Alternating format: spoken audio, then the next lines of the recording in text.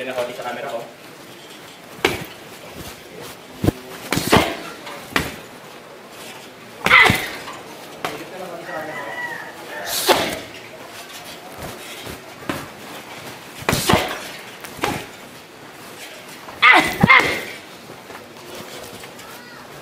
That, I mean, like, how does that make you feel na, oh my God, hindi lang ako nag-champion, I made history as a champion? Sobrang iba yung feeling na parang, oo nga, parang nananaginip ba ako? Parang ganun eh. Sobrang iba yung feeling, hindi ko ma-describe kung paano, kung gaano kasaya nung narinig ko yun. Parang lahat ng hard work ko na nag-paid off.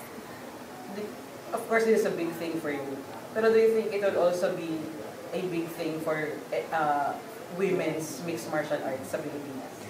Actually, yes. Kasi I am the first Filipina to become a MMA World Champion sa country natin.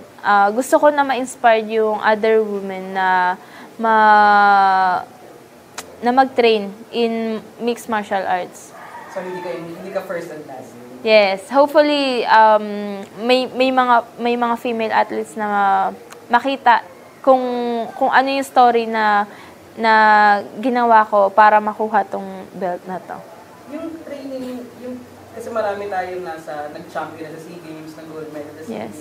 What would you tell yung mga atleta na yon na maybe are interested na mag-MMA pero ang base nila siguro boxing, taekwondo, Muay Thai. Anong advice mo sa kanila if they want to transition to MMA? Actually, kahit ano yung background or ano yung base nyo sa martial arts, I think it doesn't matter kasi ako nag-start ako karate. Pero yung galaw ko hindi naman karate talaga ng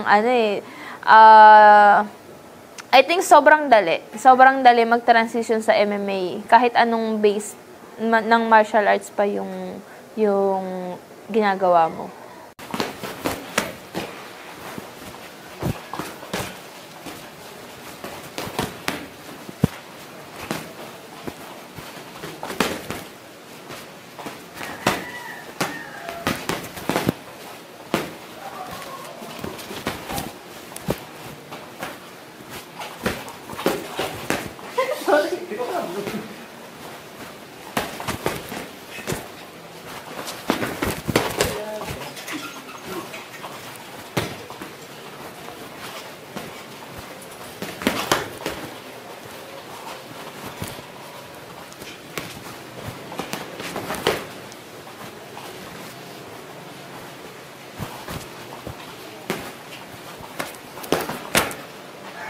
How are you looking forward to seeing her against Tap?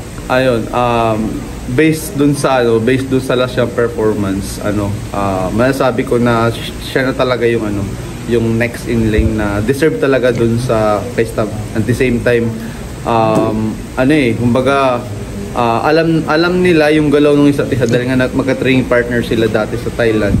Pero ang kinaganda lamang kay Denise is nag-i-improve lahat ng aspect nung skills niya when it comes to grappling, when it comes to striking. Lahat 'yun kumbaga may bagong arsenal siya na pinapakita pag may lumalaban ka. So yung Denise na nakaspar ni Stamp before, iba? Wala na, sobrang ibang-iba na talaga.